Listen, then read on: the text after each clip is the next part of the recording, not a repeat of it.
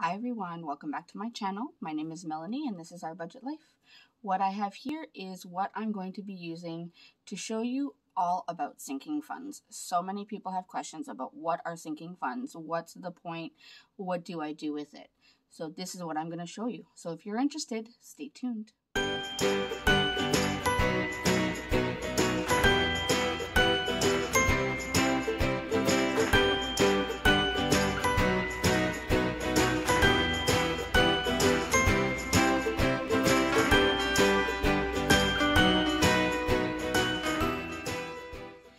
All right, so I have my money here and I have my cash envelopes that I use as my sinking funds.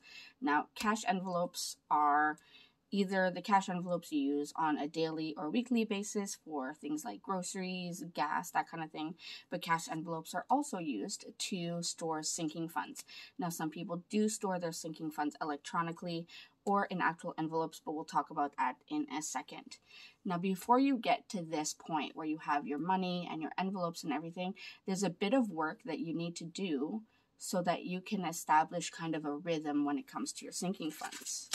So what you want to do, if you are new at sinking funds, you want to grab just any notebook, and I'm just going to grab my Happy Notes notebook here. I'm just going to flip to a page.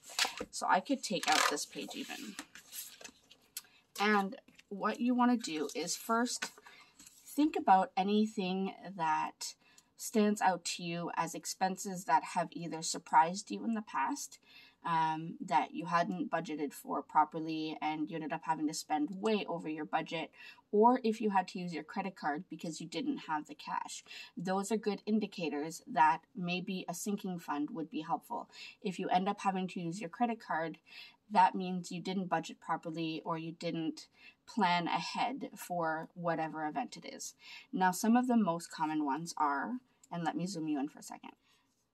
So as I was saying, some of the most common ones are, for example, Christmas.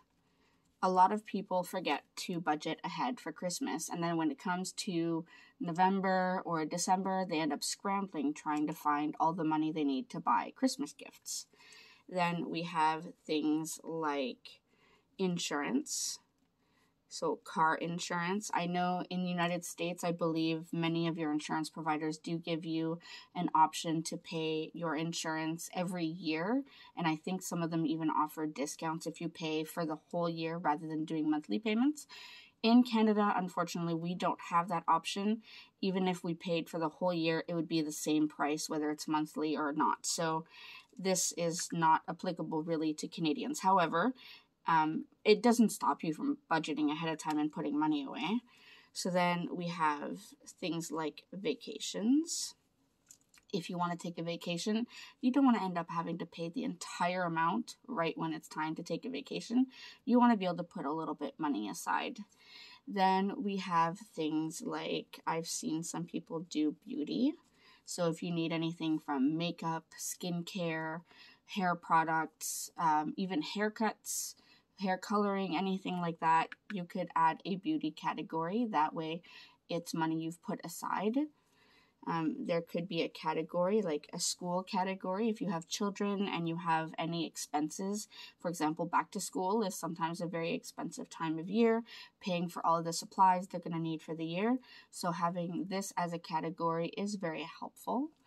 Then you could add things like birthdays when you are planning for any birthdays. If you are attending a birthday party, or if it's for your birthday, your partner's birthday, husband's birthday, your parents, anyone whose birthdays, it's good to have a category so you always have a bit of money put aside to purchase gifts or plan parties. And there's so many more. So let's see, I have in mind, so there's car maintenance. You definitely, if you have a car, you want to put money aside for car maintenance because that can really hurt you if you don't plan ahead for that. If you have any animals, you could put money aside for vet bills because animals do cost a lot in veterinary costs. If you want to put money aside for any medical expenses, you could do that. And the list can go on.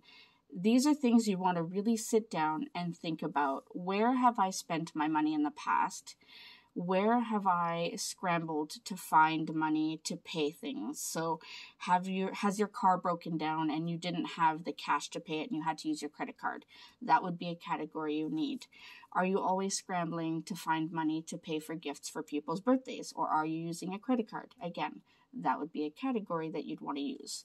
So these are just an example of categories that you could use and set up as a sinking fund. Now, once you have your list, and please know this list can always change. It is not set in stone.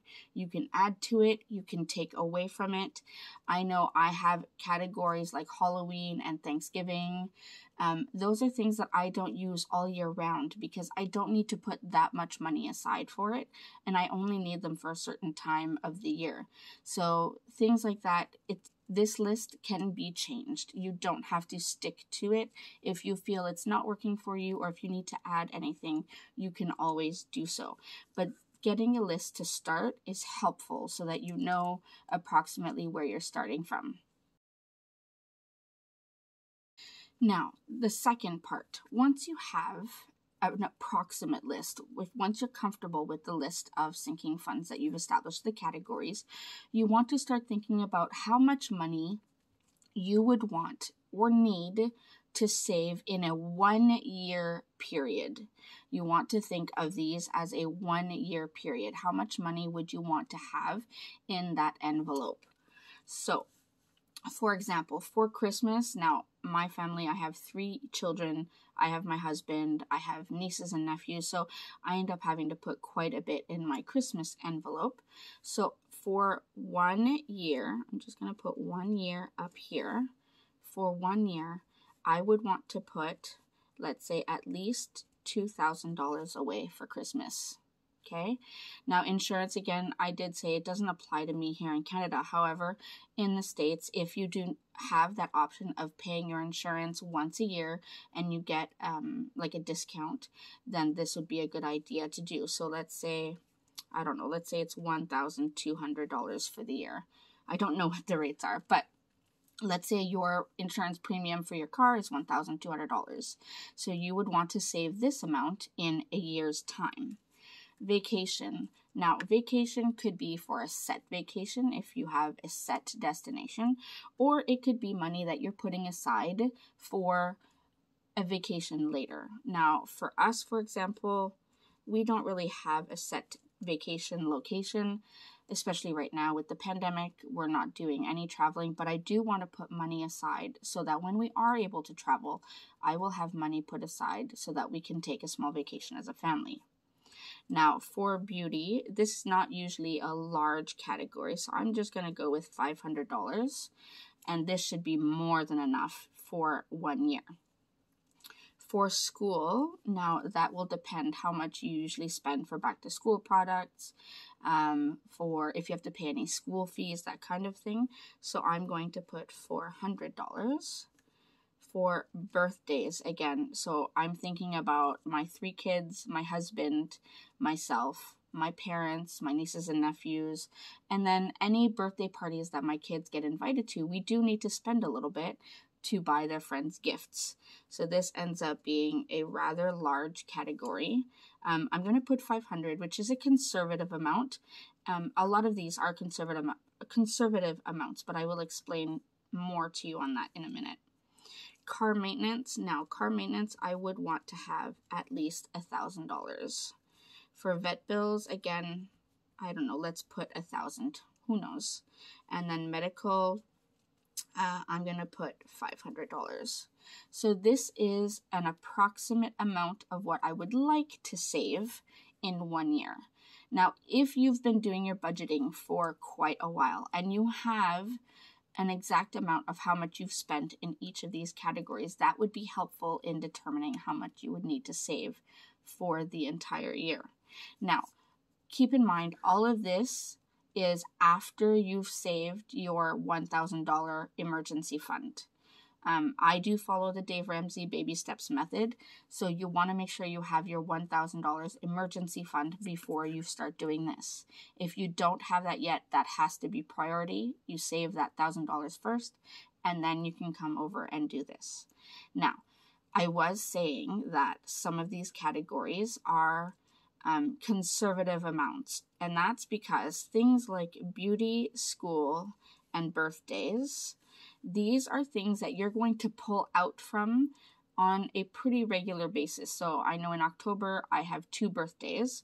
So in October I might take out $100. So then when I put back my payment for the next month, then I won't exactly be at 500.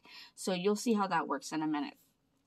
So once I have this, I want to come up with an overall total. So let's go ahead and add these up. So my total is $8,100 for the year. So total for the year, $8,100. Now that seems like a really large amount of money. And who knows, maybe you spend even more than that and you don't know it yet. So this money is essentially an idea of what you end up getting caught with when you don't budget properly and have sinking funds. So this is what you want to avoid putting on a credit card or having to scramble and going way over budget every month. So this is why we're going to do this. Once you have set everything up for the year, you want to get an idea of what your monthly expenses could look like. And I say could because it could change from month to month. I will explain that in 1 second. So I'm just going to add this column here. We'll write monthly at the top. Now, $2,000, assuming we're starting this in January, all right, or even end of December. So I want to basically take these amounts and divide them all by 12. So for Christmas, if I divide by 12, it gives me $166.66. So I'm just going to round that up to $167 per month that I want to save. So I'm going to go ahead and do the rest of these, and then we'll come back.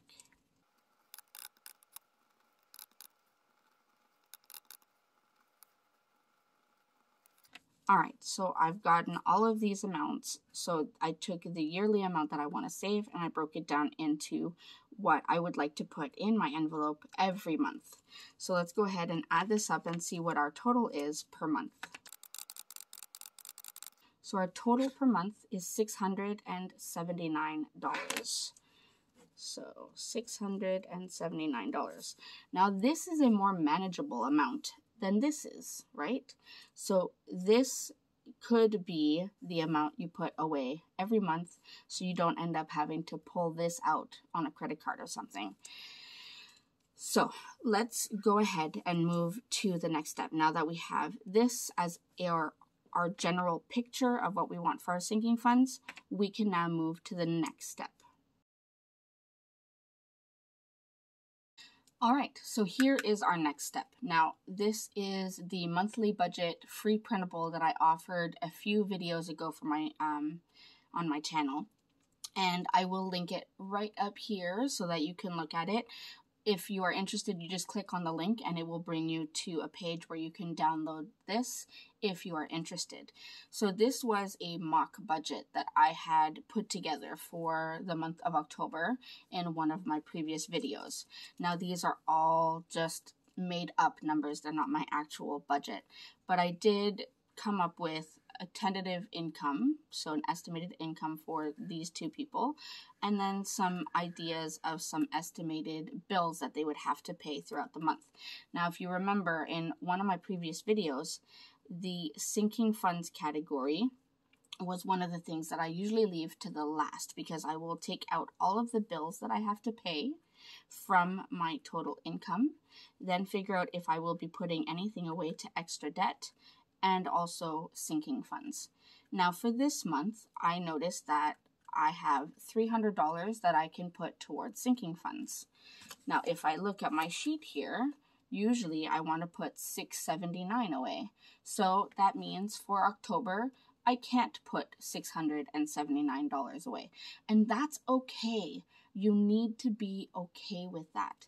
You need to know that this is just a guide, something to help you, but this is what matters. You cannot spend more money than is actually coming in. So if all you have left is $300 to put towards sinking funds, that is all you put away. All right. Now, please know this is the estimated column. So I could start off the month by putting $300 away. And if by the end of the month, I was able to save money, let's say I only spent $400 on groceries instead of the $550, so I have an extra $150 left, I could take that $150 and put it towards sinking funds, or I could put it towards extra debt, however you want to set it up.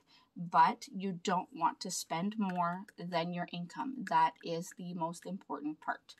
So knowing that I only have $300 to play with this month, I'm going to take my list and I'm just going to get another sheet. Now, I have, let's rewrite our categories. So we have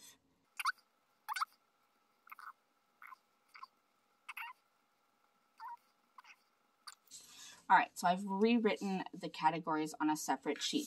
This I can use as a guide, so I could keep this in my planner always as a guide. Now this will be for the month of October, which is this budget that I created. Now I know I have $300 that I can put away to these categories. Now, one of the things you want to do, if you already have cash envelopes set up, I would recommend looking at what the totals are in each cash envelope. For example, things like birthdays. If in the month of October I don't have any birthdays and I already have, let's say, $100, maybe I don't need to put any money away in this month for birthdays. So I could leave this one at 0. I don't need any money in this category this month. I already have about 100 and that should cover me till November, for example. Now, some of the more important categories are Christmas, insurance, vet bills, and medical. We know that those are the ones that, or in car maintenance, sorry. So these 5 are the ones you really want to make sure that you are funding on a mostly regular schedule, as much as you can, of course, according to your budget. So let's start. We have $300. So let's see. For medical, let's say we will add, we'll add $30. All right. So grab your calculator. You go $300, which is your total that you have, minus 30. So I'm left with $270. Okay. Let's put 50 to car maintenance. So we'll go minus 50. I'm left with $220 now. Vet bills, let's put another 50. Let's say I'm expecting to bring my dog for their annual vaccinations. And there you go, I'm left with $170. All right. Now, insurance, we said we needed to save $100 per month, in Christmas $167 per month. I only have $170 left, so I'm not going to be able to save that. So how about we'll do 50 for Christmas, and we'll do 50 for insurance. And then at least we have enough of a good chunk. So that's another 100 we're taking away. I'm now left with 70. All right. And I have 3 categories that I can spend in. So let's see. We can do, let's say 25 in vacation. We'll do 25 in school, and we'll put the remaining $20 in beauty. And there we go. We have spent our $300 and we've put it into the categories that we need. Paying attention to the categories that are a little bit more important, and then also noting if we don't need to fund a certain category one month. If you are completely new and you are starting fresh, then again, you'd want to do the same thing. Just look at the categories that are most important, put a good chunk of your money there, and then spread the rest out here. It's okay to put $1 or $5 in a category one month. That is fine. As long as you put something, you want to make sure you have something. I could have put $10 to beauty, and $10 to birthdays. Then all of my categories would have had some sort of money put in. It's up to you however you want to break it down.